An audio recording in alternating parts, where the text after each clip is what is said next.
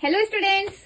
तो आपकी मैक्रो की बुक कंप्लीट हो गई। अब हम पढ़ने वाले हैं इंडियन इकोनॉमिक्स। तो आज से मैं आपको इंडियन इकोनॉमिक्स पढ़ाना शुरू कर रही हूँ।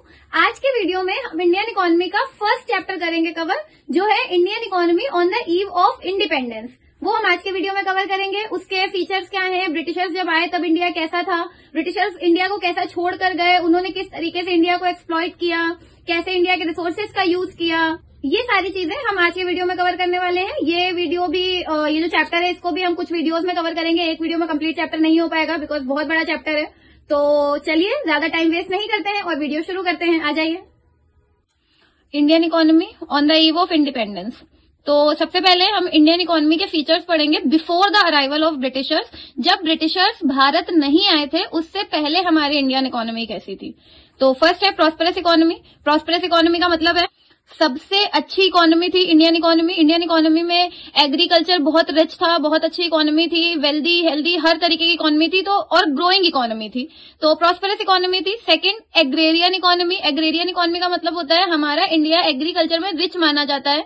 इतनी अच्छी रिसोर्सेज हैं, इतनी अच्छी सॉइल फर्टिलिटी है कि एग्रीकल्चर हमारी कंट्री में सबसे बेस्ट होता है। तो इकोनॉमी को एग्रेरियन इकोनॉमी के नाम से जाना जाता था before the arrival of Britishers. Well known handicraft industries. India का हैंडीक्राफ्ट बहुत ज्यादा पॉपुलर है। आज भी जो फॉरेन मार्केट लगती है या जो फॉरेन कंट्रीज में इंडियन मार्केट लगती है वहां पे इंडियन हैंडीक्राफ्ट बहुत ज्यादा पॉपुलर है। तो जो हैंडीक्राफ्ट इंडस्ट्रीज थी वो इंडिया जो था वो ब्रिटिशर्स के आने से पहले अपने हैंडीक्राफ्ट के लिए बहुत ज्यादा जाना जाता था। फिर जब ब्रिटिशर्स आ गए तो उन्होंने हमारी इकोनॉमी का कॉलोनियल एक्सप्लॉयटेशन करना स्टार्ट किया। तो उन्होंने 3 सेक्टर्स में एक्सप्लॉयटेशन किया, एग्रीकल्चर में और फॉरेन सेक्टर में। उन्होंने अलग अलग सेक्टर्स के अकॉर्डिंग इंडिया को एक्सप्लॉइट किया, चाहे वो इंडस्ट्रीज हो, चाहे वो फॉरेन सेक्टर हो, चाहे वो एग्रीकल्चर हो। उन्होंने हर तरीके से हर सेक्टर से इंडिया को एक्सप्लॉइट किया। तो पहले हम लोग पढ़ते हैं एग्रीकल्चरल सेक्टर। एग्रीकल्चरल सेक्टर में किस तरीके से एक्सप्लॉइटेशन हुआ। नंबर 1 जमींदारी सिस्टम। जो ब्रिटिशर्स थे वो जमींदारी सिस्टम ले आए। जमींदारी सिस्टम का मतलब वो लगान वसूल करते थे। जिनकी लैंड होती थी वो उनसे बोलते थे कि आप फार्मर्स से एग्रीकल्चर करवाइए और फार्मर्स को उनके सर्वाइवल भर का देते थे, ज्यादा देते नहीं थे। और जो जमींदार होते थे, जो लैंडलॉर्ड्स होते थे, उनसे लगान लेते थे। तो क्योंकि वो उनसे लगान लेते थे तो जमींदार फार्मर्स से एक्स्ट्रा चार्ज करते थे लैंड का चार्ज, क्योंकि उन्हें लगान देना होता था। Next is commercialisation of agriculture. उन्होंने फूड ग्रेन्स की जगह कॉमर्शियल क्रॉप्स ग्रो करना स्टार्ट करवा दिया कि आप कॉमर्शियल क्रॉप्स ग्रो करिए। जैसे एग्जांपल जूट, कॉटन, ये सारी इंडिगो, ये सारी क्रॉप्स ग्रो करवाते थे ताकि उनका बेनिफिट हो, वो उसे बेच सके, ट्रेड कर सके। Low level of productivity. Productivity एकदम जीरो हो चुकी थी। रीजन क्योंकि वो फार्मर्स को उनके सर्वाइवल का देते थे खाली, जिससे उनका सर्वाइवल हो सके। और फार्मर्स का आउटलुक इतना ज्यादा नैरो हो चुका था कि वो और कुछ भी ज्यादा सोच नहीं पाते थे। स्टैंडर्ड ऑफ लिविंग बहुत लो था। तो लिविंग स्टैंडर्ड लो होने की वजह से जो प्रोडक्टिविटी थी वो भी लो थी। तो ये तीनों पॉइंट है एग्रीकल्चर सेक्टर के कि एग्रीकल्चर सेक्टर को किस तरीके से ब्रिटिशर्स ने पूरी तरीके से बर्बाद कर दिया था, कुछ नहीं बचा था एग्रीकल्चर में। अब नेक्स्ट इंडस्ट्रियल सेक्टर्स। उन्होंने इंडस्ट्रियल सेक्टर्स को किस तरीके से एक्सप्लॉइट किया। तो इंडस्ट्रीज को उन्होंने इस तरीके से एक्सप्लॉइट किया था। First heavy export duty of handicraft. उन्होंने हैंडीक्राफ्ट पे, जो कि इंडिया जिसके लिए वेल नोन था, जाना जाता था, उन्होंने हैंडीक्राफ्ट पे हैवी एक्सपोर्ट ड्यूटीज लगवा दी ताकि जो इंडियंस हैं वो हैंडीक्राफ्ट को एक्सपोर्ट ना कर पाए क्योंकि उनके लिए कॉस्टली हो। सेकंड है duty free imports of British goods.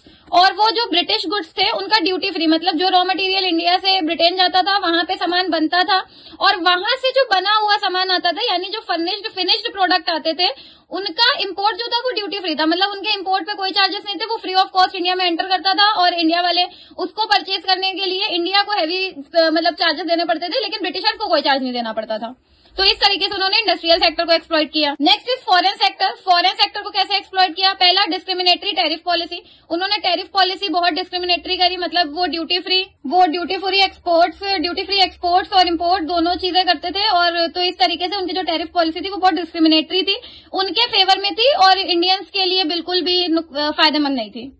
Duty free export of raw material. वो रॉ मटेरियल इंडिया से ब्रिटेन भेजते थे ड्यूटी फ्री, उस पर कोई चार्जेस नहीं लगते थे, एकदम फ्री ऑफ कॉस्ट होता था। But duty free imports of finished goods, और जो वहां से फिनिश्ड प्रोडक्ट आते थे उन पे भी कोई चार्ज नहीं लगता था। मतलब यहाँ से भी इंडिया को कोई बेनिफिट नहीं। एक्सपोर्ट क्योंकि जो होता था वो ड्यूटी फ्री था, कोई चार्ज नहीं था, फ्री ऑफ कॉस्ट था। जो इम्पोर्ट होता था वहां से फिनिश्ड गुड्स का, वो भी फ्री ऑफ कॉस्ट था, उसके लिए ब्रिटिशर्स को कोई चार्ज किया नहीं जाता था। तो किसी भी तरीके से उनका नुकसान नहीं था। हर तरफ से वो इंडिया को एक्सप्लॉइट कर रहे थे। रॉ मटेरियल भी हमारे ही लेते थे और हमसे ही सामान, हमारे ही सामान से सामान बनाकर हमें ही बेचते थे और हम ही से ज्यादा प्राइस चार्ज करते थे। तो इस तरीके से उन्होंने फॉरेन सेक्टर को एक्सप्लॉइट किया। तो स्टूडेंट्स, ये था आज का video Indian economy on the eve of independence पे। और ये पार्ट 1 था। आगे का वीडियो मैं आपको कल बताऊंगी। तो वीडियो लाइक करिए, अगर आपको अच्छा लगा हो दोस्तों के साथ शेयर करिए और चैनल को सब्सक्राइब करिए। Thank you so much.